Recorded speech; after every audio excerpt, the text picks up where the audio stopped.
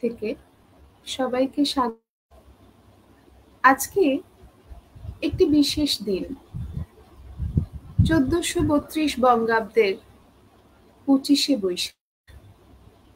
আজ সারা বাঙালি জাতিসত্তার কাছে বড় আনন্দের দিন।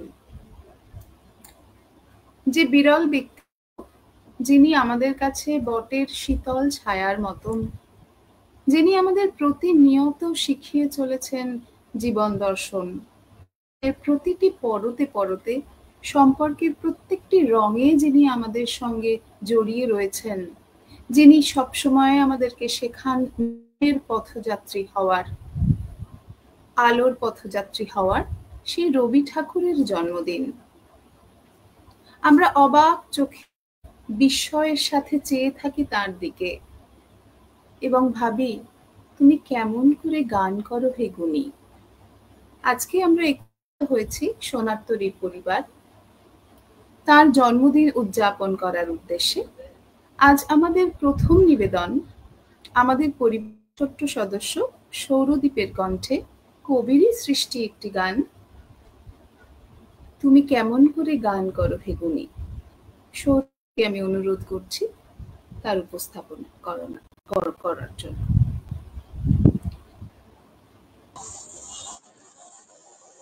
তুমি কেমন করে গান করো হে গুণী, আমি অবাক হই শুনি, কেবল শুনি।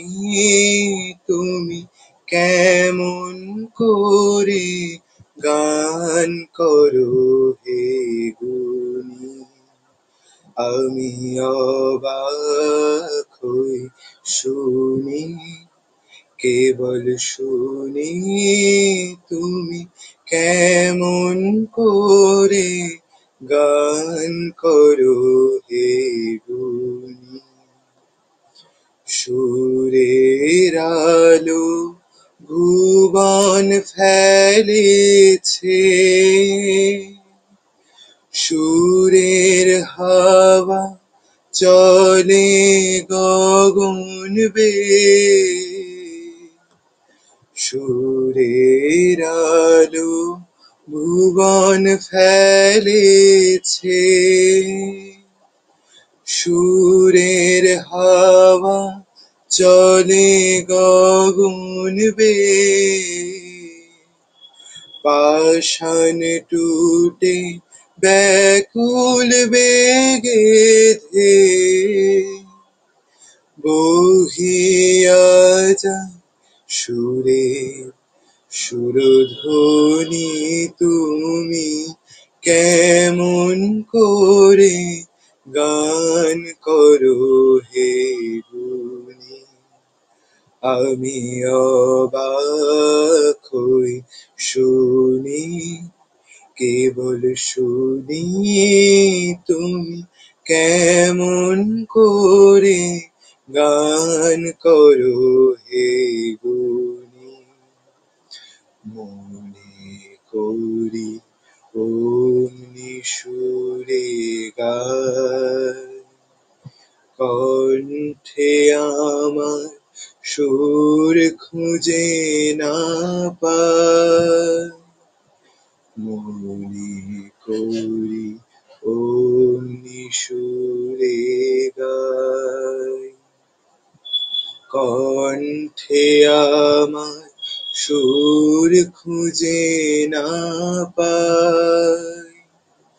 কইতে কি চাই, কইতে কথা বাঁধে, হার মেনে যে পরাণ আমার কাঁদে।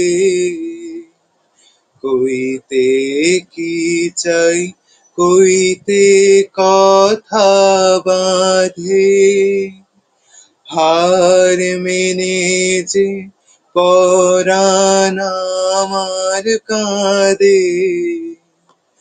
আমায় তুমি ফেলেছো কোন ফাঁদে, চৌদিকে সুরে জালবুনি তুমি কেমন করে গান করো হে গুনি।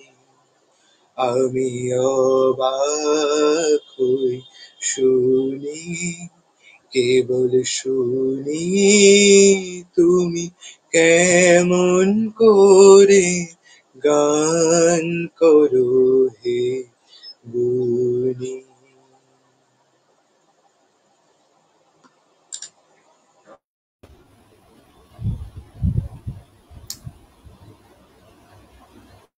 সত্যি আমাদের সারা জীবন জুড়ে ব্যাপ্তি আমাদের রবি ঠাকুরের। সারা জীবন জুড়েই আমাদের চলতে থাকে আলো আঁধারির খেলা, চড়াই উতরাইয়ের খেলা, জীবন মৃত্যুর খেলা, এবং চলতে থাকে বন্ধন এবং মুক্তির খেলা। বন্ধন আছে বলেই তো মৃত্যু আছে, মৃত্যু আছে বলেই জীবন আছে, ঠিক যেমন করে অন্ধকার আছে বলেই তো আলো আছে, তুমি আছো বলেই তো আমি আছি।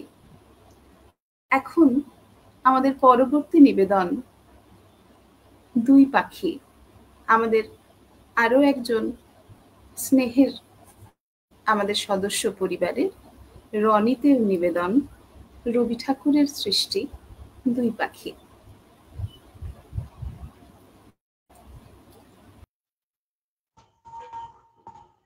নমস্কার। প্রথমেই কবিগুরু শ্রী শ্রী রবি ঠাকুরকে অসংখ্য প্রণাম জানাই এবং উপস্থিত সমস্ত দর্শকবৃন্দকে তাদের যথাযোগ্য স্থানে সশ্রদ্ধ প্রণাম, ভালোবাসা ও শ্রদ্ধা জানিয়ে আমি আমার আবৃত্তি শুরু করছি। দুই পাখি, কবিগুরু রবীন্দ্রনাথ ঠাকুর। খাঁচার পাখি ছিল সোনার খাঁচাটিতে, বনের পাখি ছিল বনে, একথা কি করিয়া মিলন হলো দোহে। কি ছিল বিধাতার মনে? বনের পাখি বলে, খাঁচার পাখি ভাই, বনেতে যাই দোহে মিলে। খাঁচার পাখি বলে, বনের পাখি আয়, খাঁচায় থাকি নিরিবিলে। বনের পাখি বলে, না, আমি শিকলে ধরা নাহি দিব।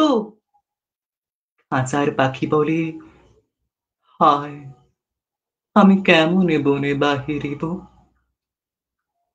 বনের পাখি গাহে বাহিরে বসি বসি বনের গান ছিল যত।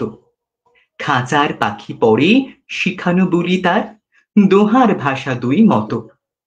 বনের পাখি বলে, খাঁচার পাখি ভাই, বনের গান গাও দেখি। খাঁচার পাখি বলে, বনের পাখি আয়, খাঁচার গান লহ শিখি। বনের পাখি বলে, না, আমি শিখানো গান নাহি চাই। খাঁচার পাখি বলে, হায়, আমি কেমনে বনগান গাই। বনের পাখি বলে, আকাশ ঘন নীল, কোথাও বাধা নাহি তার।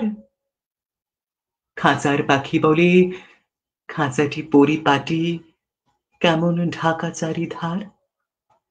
বনের পাখি বলে, আপনা ছাড়ি দাও, মেঘের মাঝে একেবারে।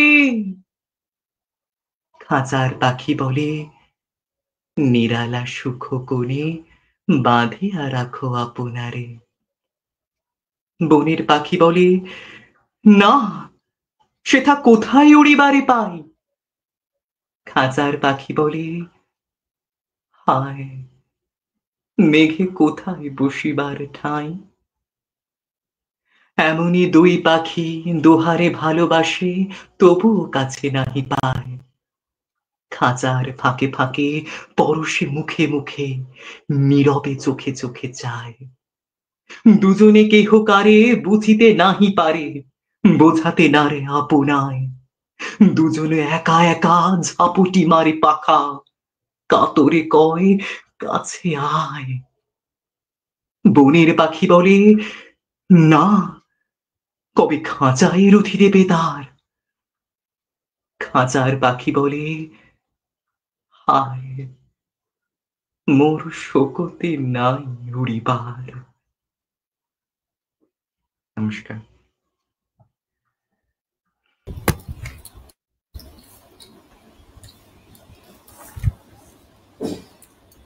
হ্যাঁ, এই পারস্পরিক বন্ধন এবং মুক্তির খেলায়, পরিপূরক হওয়ার খেলায় জীবনের রং, রস, রূপ এবং গন্ধ সম্পূর্ণ হয়। হাত রেখে একসাথে চলার গল্পই শিখিয়েছেন রবি ঠাকুর। তোমাতে আমাতে মিলে সারা জীবন কিভাবে পথ চলা একসাথে বেঁধে বেঁধে থাকা যায়, সেই সুরের ঝর্ণাধারায় আমরা এখন কিছুটা পথ এগিয়ে চলবো পায়ে পায়ে। আমাদের পরবর্তী রুদ্র ঘোষ, রুদ্রের কণ্ঠে রবি ঠাকুরের একটি গান, সেদিন দুজনে।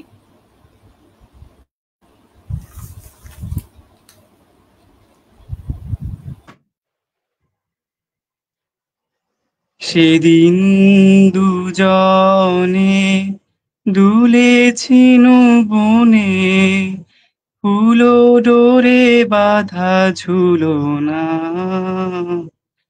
সেদিন দুজনে দুলেছিল বনে, ফুলো ডোরে বাঁধা ঝুলনা। সেই স্মৃতিটুকু কভু ক্ষণে ক্ষণে যেন জাগে মনে, ভুলো না, ভুলো না, ভুলো না।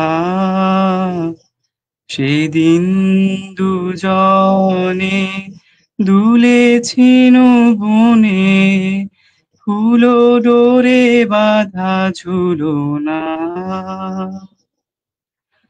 সেদিন বাতাসে ছিল তুমি জানো, আমারি মনেরও প্রলাপ জড়ানো। সেদিন বাতাসে ছিল তুমি জানো, আমারি মনেরও প্রলাপ জড়ানো। আকাশে আকাশে আছিল ছড়ানো, তোমারও হাসিরও তুলনা। ভুলো না, ভুলো না, ভুলো না। সেদিন দুজনে দুলেছিল বনে, ফুলো ডোরে বাঁধা ঝুলনা। যেতে যেতে পথে পূর্ণিমা রাতে চাঁদ উঠেছিল গগনে। দেখা হয়েছিল তোমাতে আমাতে, কি জানি কি মহালগনে। চাঁদ উঠেছিল গগনে। এখন আমার বেলা নাহি আর, বহিব একাকী বিরহের ভার। এখন আমার বেলা নাহি আর, বহিব একাকী বিরহের ভার। বাঁধিনু যে রাখি পরাণে তোমার, সে রাখি খুলো না, খুলো না, ভুলো না, ভুলো না, ভুলো না। সেদিন দুজনে দুলেছিল বনে, ফুলো ডোরে বাঁধা ঝুলনা। নমস্কার।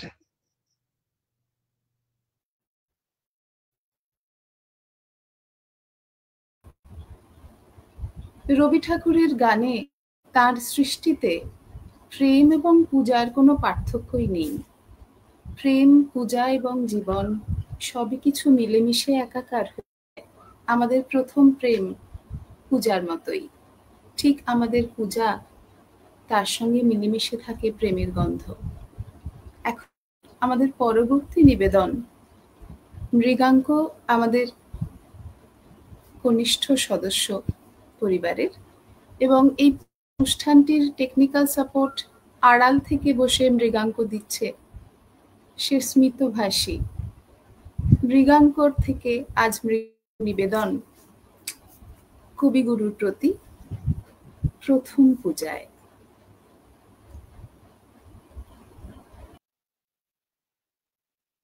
নমস্কার সকলকে। রবীন্দ্রনাথ ঠাকুর শুধুমাত্র কবি নন, তিনি সমাজ চেতনার এক উজ্জ্বল দীপ্তি। আমরা যখন রবীন্দ্রনাথ ঠাকুরের কথা চিন্তা করি তখন আমাদের মাথায় আসেন তাহার ছন্দময় কবিতা, যার মধ্যে প্রকৃতি, প্রেম, ভালোবাসার বিভিন্ন দৃষ্টান্ত চোখে পড়ে। কিন্তু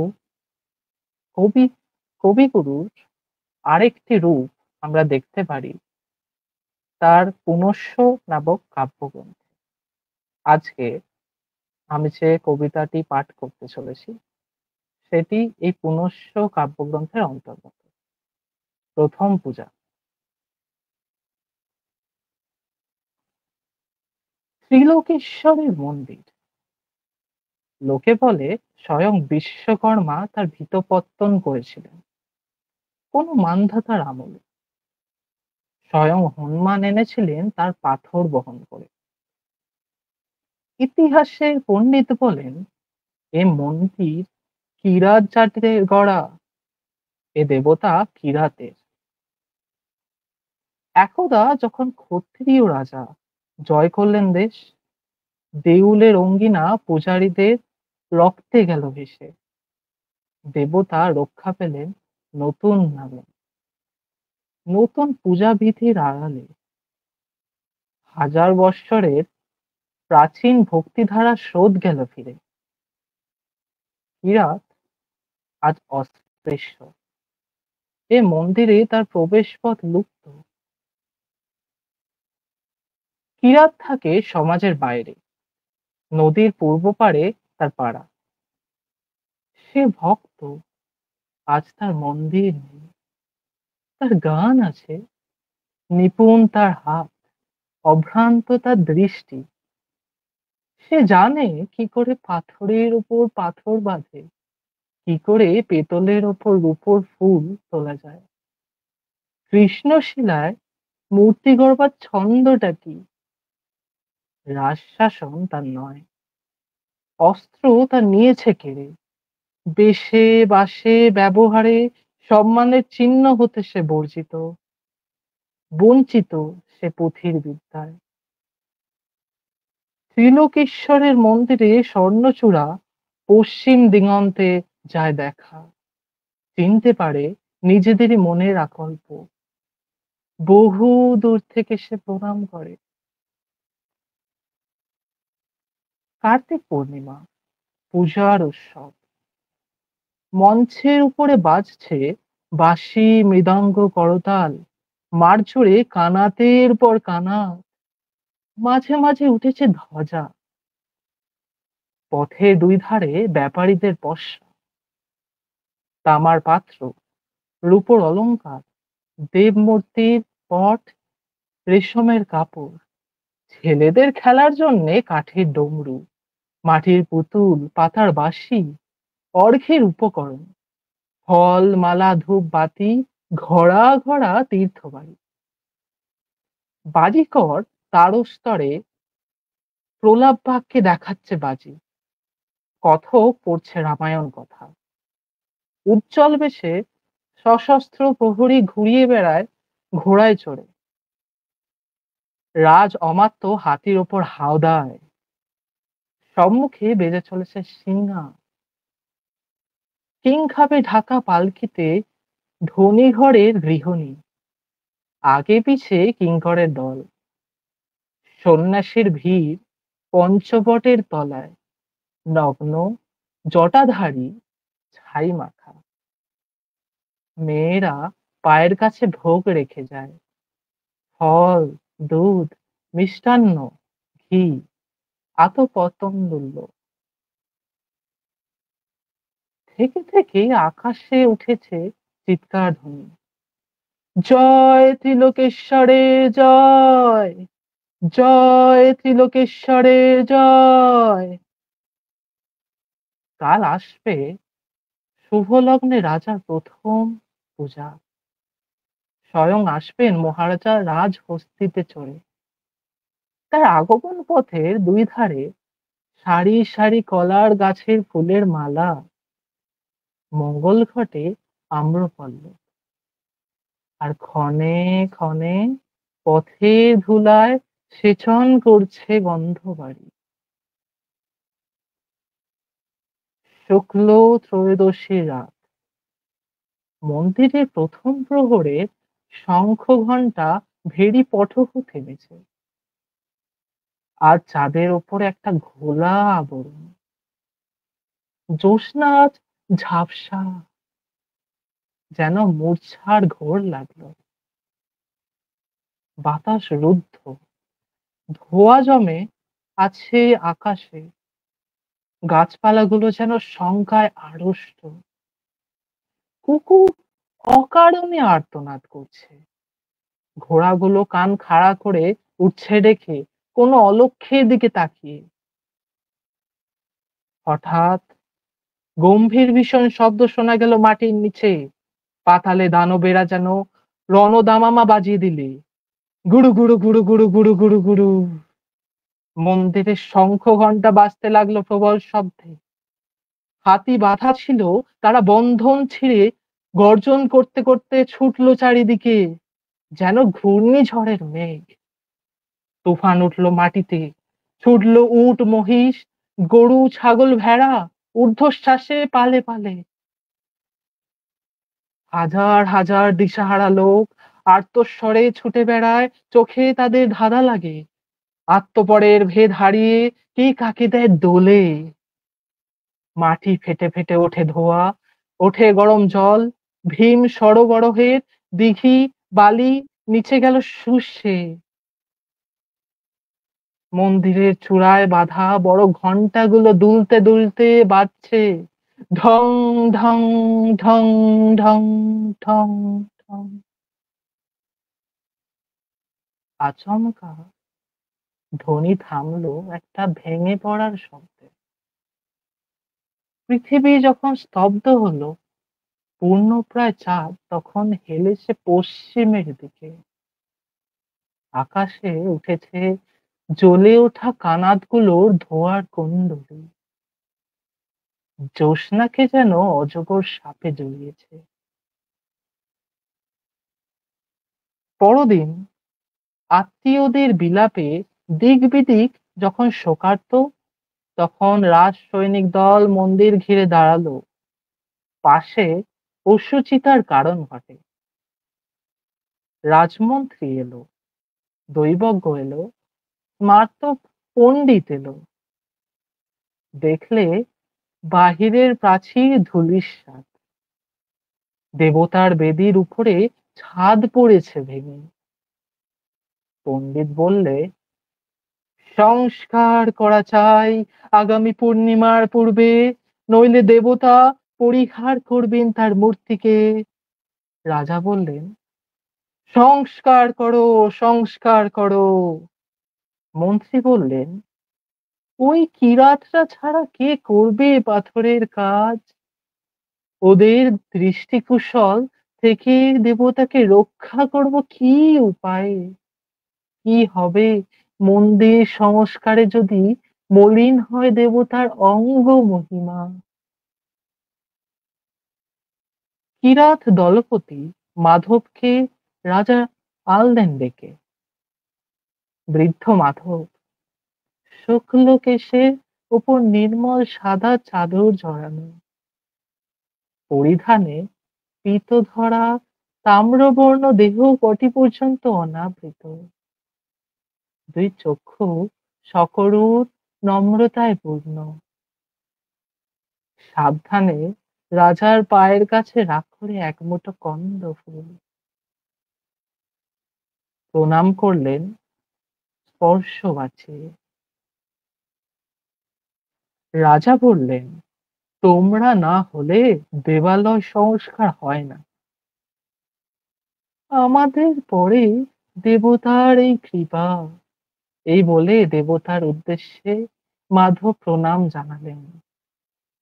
নৃপতি নৃসিংহ রায় বললেন, চোখ বেঁধে কাজ করা চাই, দেবমূর্তির ওপর দৃষ্টি না পড়ে। পারবে? মাধব বললে, অন্তরের দৃষ্টি দিয়ে কাজ করিয়ে নেবেন অন্তর্যামী। যতক্ষণ কাজ চলবে চোখ খুলব না, খুলব না। বাহিরে কাজ করে কিরাতের দল, মন্দিরের ভিতরে কাজ করে মাধব। তার দুই চক্ষু পাখে পাখে কালো কাপড়ে বাঁধা। দিনরাত সে মন্দিরের বাহিরে যায় না, ধ্যান করে, গান গায়। তার আর আঙুল চলতে থাকে। মন্ত্রী এসে বলে, তড়া করো, তড়া করো, তিথির পরে তিথি যায়, কবে লগ্ন হবে উত্তীর্ণ। মাধব জোড়ো হাতে বলে, যার কাজ তারই নিজের আছে তড়া, আমি তো উপলক্ষ। অমাবস্যা পার হয়ে শুক্লপক্ষ এবার এলো। অন্ধ মাধব আঙুলে স্পর্শ দিয়ে পাথরের সঙ্গে কথা কয়। পাথর তার সাড়া দিতে থাকে। কাছে দাঁড়িয়ে থাকে প্রহরী। পাশে মাধব চোখের বাঁধন খোলে। পণ্ডিত এসে বললে, একাদশীর রাতে প্রথম পূজার শুভক্ষণ, কাজ কি করে শেষ হবে তার পূর্বে। মাধব প্রণাম করে বললে, আমি কে যে উত্তর দেব। কৃপা যখন হবে সংবাদ পাঠাবো যথা সময়। তার আগে এলে ব্যাঘাত হবে, বিলম্ব ঘটবে।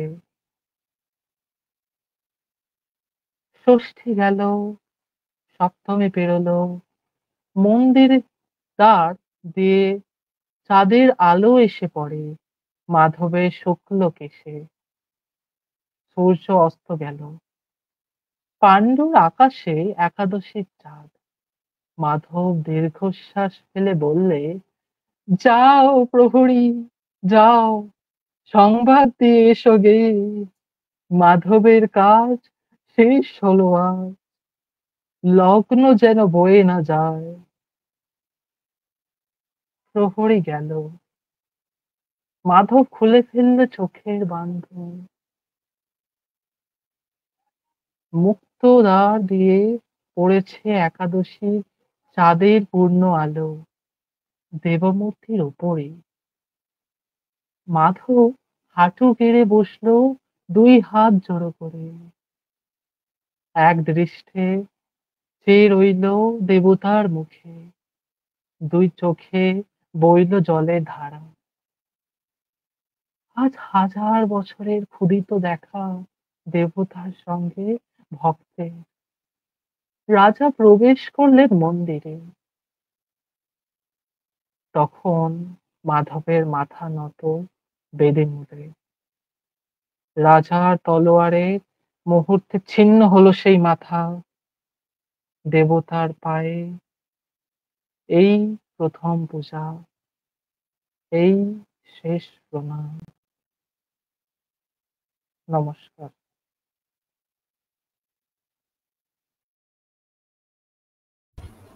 সত্যি পূজ্য এবং পূজিতের যখন দেখা হয় তাদের সেই মিলন মুহূর্ত তাই ঐশ্বরিক।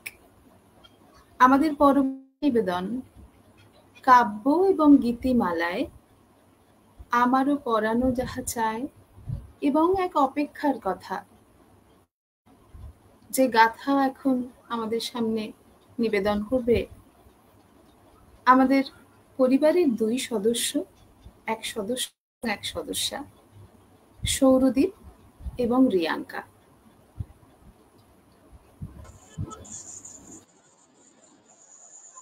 আমারও পরানো যাহা চায়, তুমি তাই, তুমি তাই গো। আমারও পরানো যাহা চায়, তোমা ছাড়া রে জগতে মোর কেহ নাই, কিছু নাই গো।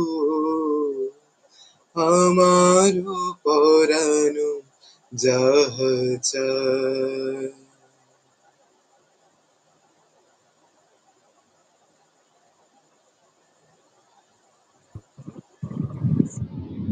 তোমার কাছে চাইনি কিছু, জানাইনি মোর নাম। তুমি যখন বিদায় নিলে নীরব রহিলাম। একলা ছিলেন কুয়ার ধারে নিমের ছায়া তলে, কলস নিয়ে সবাই তখন পাড়ায় গেছে চলে। আমায় তারা ডেকে গেল, আয় গো বেলা যায়। তুমি সুখ যদি নাহি পাও, যাও সুখের সন্ধানে, যাও তুমি সুখ যদি নাহি পাও, যাও সুখের সন্ধানে, যাও আমি তোমারে পেয়েছি হৃদয় মাঝে, আর কিছু নাহি চাই গো।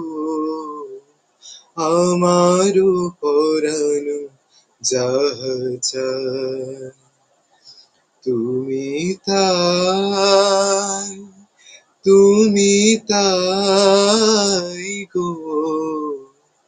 আমারও পরানো যাহা চায়।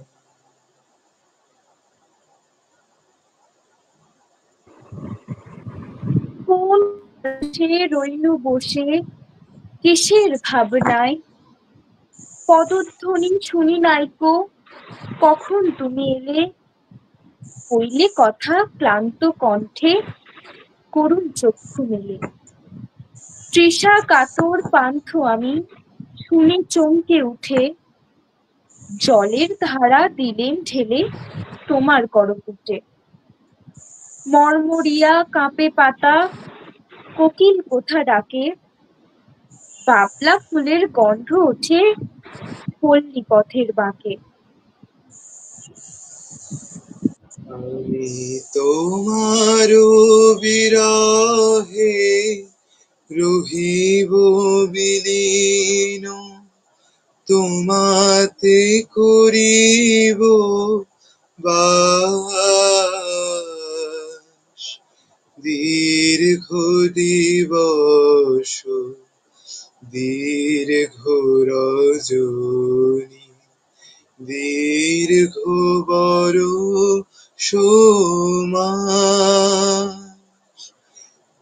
যদি আরো কারে ভালোবাসো, যদি আরো ফিরে নাহি আসো, যদি আরো কারে ভালোবাসো, যদি আর ফিরে নাহি আসো তবে তুমি যাহা চাও তাই যেন পাও, আমি যত দুঃখ পাই গো, আমার পরাণ যাহা চায় তুমি তাই, তুমি তাই গো, আমার পরাণ যাহা চায়।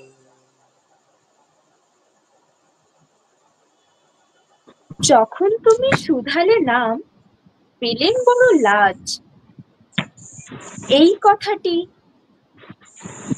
তোমার মনে থাকার মতো করেছি কোন কাজ? তোমায় দিতে পেরেছিলেম একটু তৃষার জল, এই কথাটি আমার মনে রহিল সম্বল।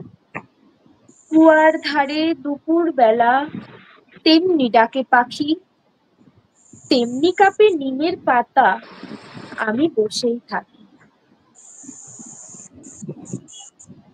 আমার পরাণ যাহা চায় তুমি তাই, তুমি তাই গো,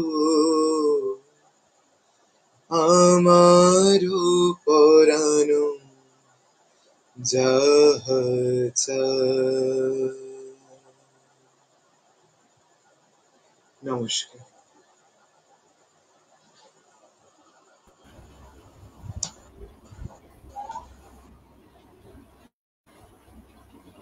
অপূর্ণতা এবং অপ্রাপ্তিতেই প্রেম সুন্দর। Life is all about playing certain role. জীবনের সমস্ত চড়াই উতরাইতে, দুঃখে এবং আনন্দে সহজ থাকার কথাই শিখিয়েছেন আমাদের। জীবনের পথে চলতে চলতে কখনো আমরা ভার হয়ে উঠি, কাঠিন্যের সামনে কখনো আমাদের মেরুদণ্ডটা মাঝে মাঝে নত হয়ে যায়, মাথা নত হয়ে আসে আমাদের। সেই ক্ষমতার সামনে দাঁড়িয়ে সহজ থাকার খেলাতে, মানুষের মুখে হাসি ফোটানোর খেলাতে যে মানুষ জয়ী, সেই তো আসল নায়ক। রবি ঠাকুরের একটি চিরন্তন সৃষ্টি বিদূষক, সেই বিদূষকের কথা নিয়ে আমাদের পরিবারের আরেক সদস্য এবং আমার পরম বন্ধু অনুপমের নিবেদনে রবি ঠাকুরের বিদূষক।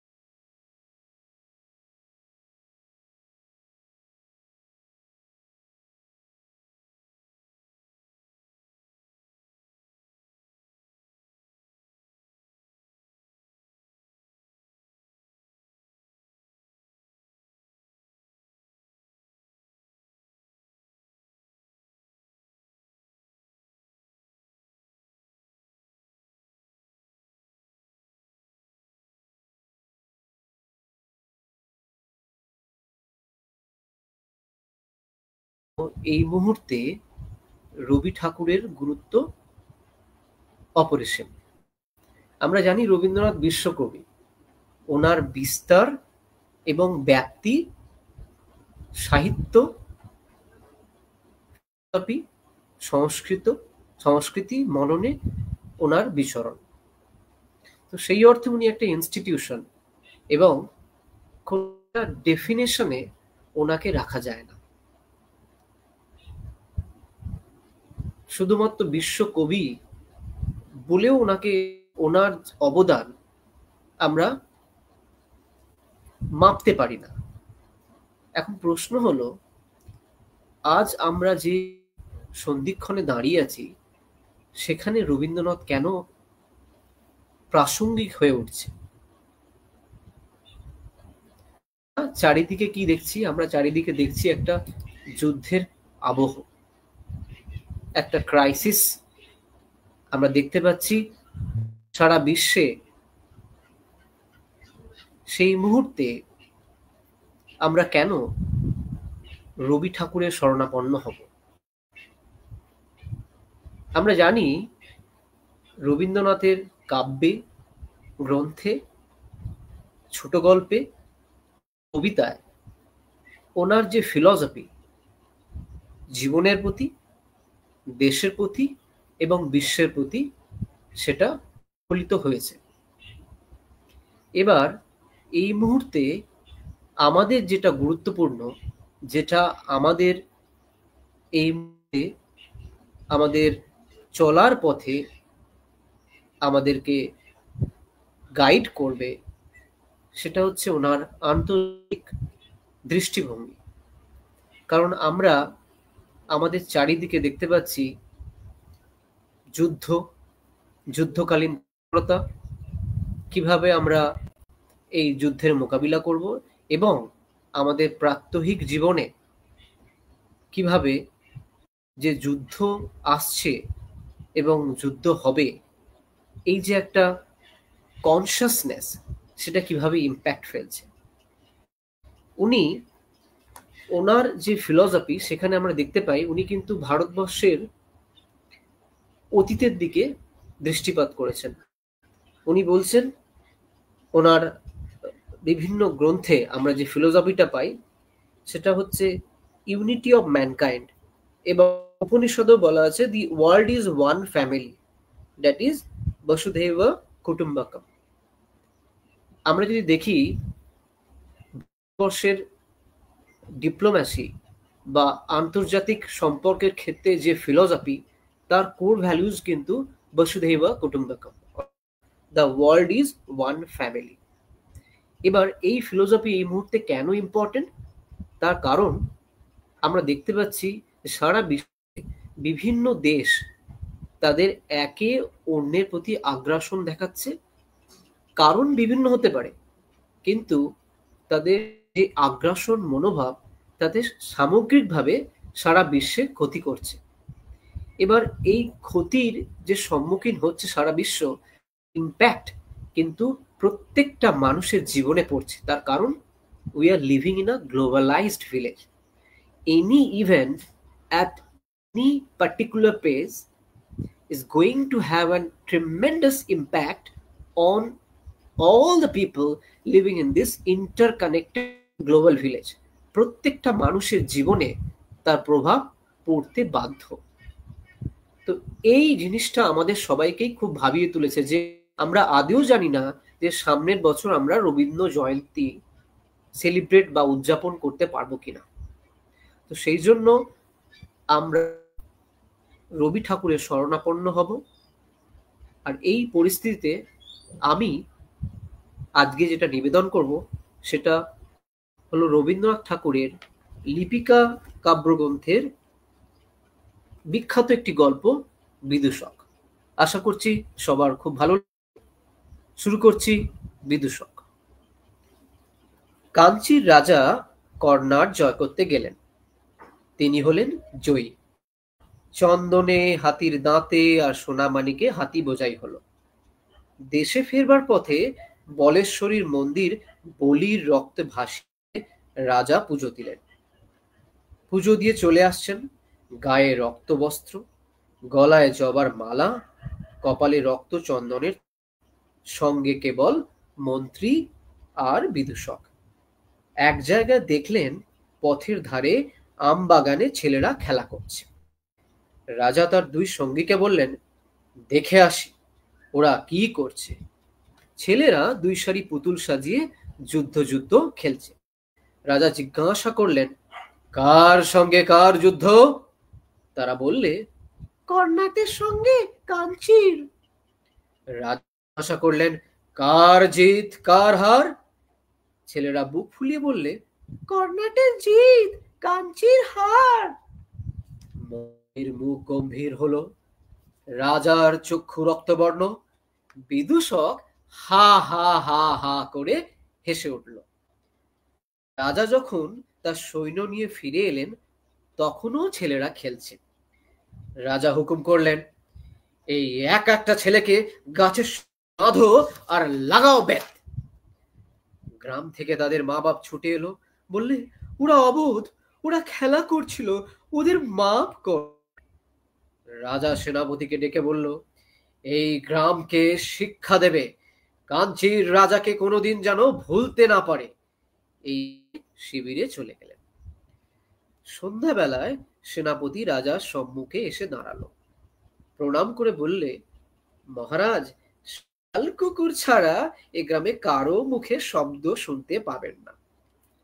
মন্ত্রী বললে, মহারাজের মান রক্ষা হলো।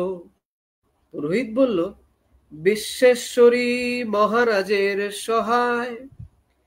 বিদূষক বললে, মহারাজ, এবার আমাকে বিদায় দিন। রাজা বললেন, কেন? বিদূষক বললে, আমি মারতেও পারি নে, কাটতেও পারি নে। বিধাতার প্রসাদে আমি কেবল হাসতে পারি। মহারাজার সভায় থাকলে হাসতে ভুলে যাব। তো এই বিদূষক গল্পের মধ্য দিয়ে আমরা যেটা বুঝতে পারছি যে অনেক বা বেশিরভাগ ক্ষেত্রেই যারা রুলার ও শাসক বা যারা এই বিশ্বের এবং এই সমাজের শাসন ক্ষমতায় যারা থাকেন, তারা অনেক সময় অন্ধ হয়ে যান ক্ষমতার মোহে এবং ক্ষমতা উপলব্ধি করতে করতে। সেই জন্য তাদের একটা ইগো তৈরি হয়। সেই ইগোটা এত ফ্ল্যাটেন্ড হয়ে যায়, বিস্তৃত হয়ে যায়, তারা তাদের যে অন্য পার্সপেক্টিভ সেটা গ্রহণ করতে পারে না। এই বিদূষক গল্পে আমরা দেখতে পাচ্ছি রাজা সে সবসময় এতটাই ইগোইস্ট যে অন্য কোনো পার্সপেক্টিভ সে তার হারকে মেনে নিতে পারে না। সে যুদ্ধ হয়েছে, কিন্তু যুদ্ধে জয়ী হওয়ার ফলে যে রক্ত গঙ্গা বয়ে গেছে সেটাকে সে অস্বীকার করছে। এবং যখন সে বাচ্চাদের সঙ্গে বাচ্চাদের দেখলো তারা খেলছে এবং সেই খেলাতে তার হার স্বীকার হয়েছে, সেখানে উনি রেগে গেলেন। তার কারণ উনি একজন এবং উনি শর্ট সাইটেডনেস, ওনার খুব মানসিকতা খুব সংকীর্ণ। তো এই মুহূর্তে আমরা যে যুগ সন্ধিক্ষণ, সেখানে আমাদের সারা বিশ্বকে আপন করে নেওয়ার সময় এসছে এবং এখানেই রবি ঠাকুরের প্রাসঙ্গিকতা। উনি বহুদিন আগে যে সমাজ বা পরিস্থিতি তৈরি হতে পারে সেটা অনুধাবন করেছিলেন, ওনার সময়ও হয়েছিল এবং তিনি অনুধাবন করেছিলেন এটা পরবর্তীকালেও আসতে পারে। সেই জন্য ওনার লেখাতে আমরা তার প্রকাশ পাই এবং এখান থেকে আমাদের এটাই শিক্ষা নিতে হবে যে বসুধৈব কুটুম্বকম, the world is an integrated one. Any influence or any event is bound to have influence and impact in different parts of the world. এটাই এই গ্রন্থের উপজীব্য বিষয় এবং বিদূষক গল্পে আমরা সেটাই পাই, শিক্ষা আমরা এটাই গ্রহণ করি। তো এই বলে আমি আবার সকল সদস্যকে শুভেচ্ছা আমার পর্ব শেষ করলাম। নমস্কার।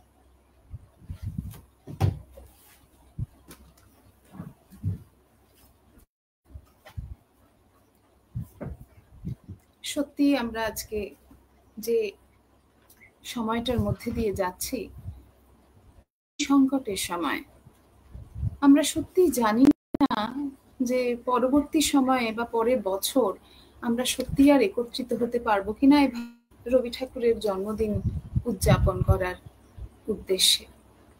এমনিতেই তো আমাদের ব্যক্তিগত অনেক কারণে এবং শারীরিক দূরত্বের কারণে, অবস্থানগত দূরত্বের কারণে আমাদের একত্রিত হওয়া হয়ই না।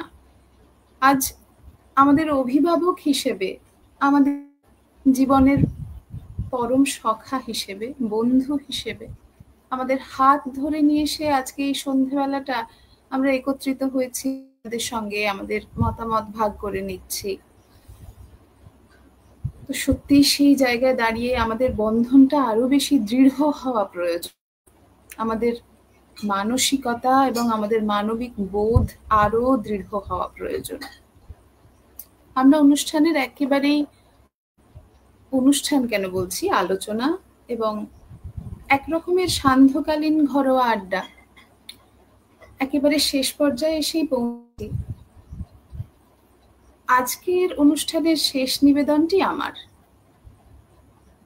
রবি ঠাকুরের সঙ্গে আমার প্রতিদিনের একটি যাপন হয়, সেই যাপন একেবারেই ব্যক্তিগত।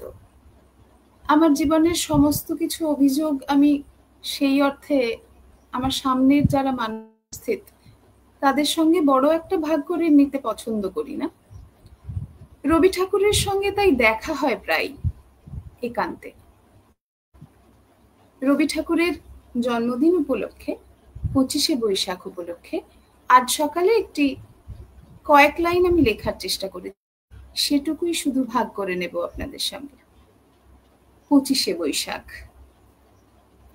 আজ ভোর রাতে রবি ঠাকুরের সঙ্গে সূর্যোদয়ের খানিক আগে। আমার আকাশ তখন গোলাপি ওড়নার সোহাগ জড়িয়ে পাশ ফিরেছে সবে পূবের পাড়ায়।